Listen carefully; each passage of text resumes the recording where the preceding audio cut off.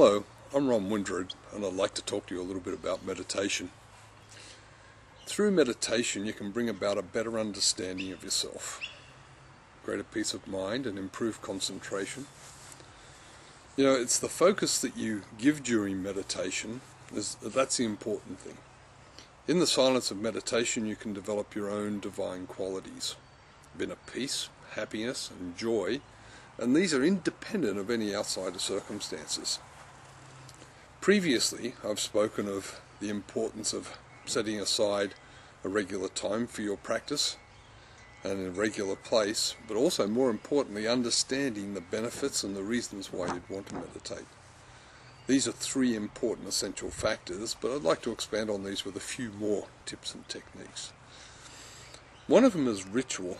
It's a good idea to set up a little ritual around your practice. Some people like to light a candle, burn a particular type of incense, set up a little altar where they can have things of personal effect. And even though most of meditation is going to be done with your eyes closed and you're not particularly looking at these things, their presence just adds that sense of ceremony and importance to your practice.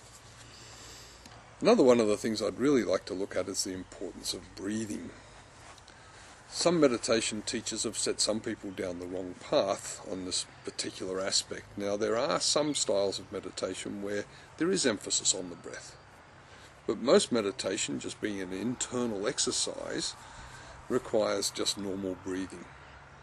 So that when you go into your meditation practice, while you may use a few deep breaths just as a prelude to sort of help you to relax, it's important that you just breathe as naturally as possible.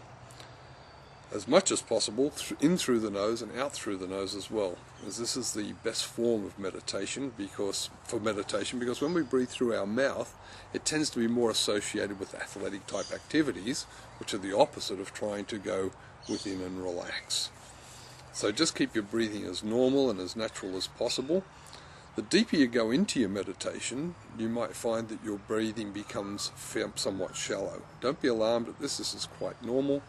You will always get your proper supply of air and will have no problems with this. But being shallow just shows that you're in that deep state of relaxation and concentration in the celestial realms. It's also important that you look at your eating habits. If you're going to meditate it's best to meditate before a meal rather than after a meal. The reason for this is that if we meditate just after our meal, all of our body's energies have been directed back to our stomachs for the digestive process. And this is a distraction to the energy that we need to do our concentration and keep that inner focus happening as well as possible.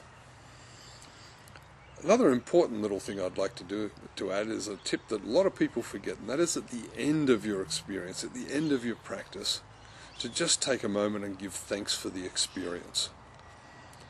Thank you for the opportunity to be able to take the time to sit back and enjoy your own company for 20 minutes or so. In that time you've probably had some insights or understandings that have been revealed to you, so just give thanks for them. This adds a completion to the exercise.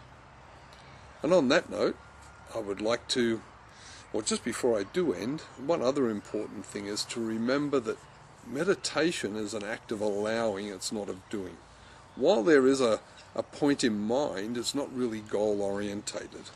So that the harder we try to meditate, the less effective we are. It really is not that type of activity. It's an activity of just sitting, being at peace with ourselves, going within, and allowing the experience to happen rather than trying to make it to happen. And on that note, I'd like to thank you for today, and we'll look forward to catching you at some other time. Goodbye.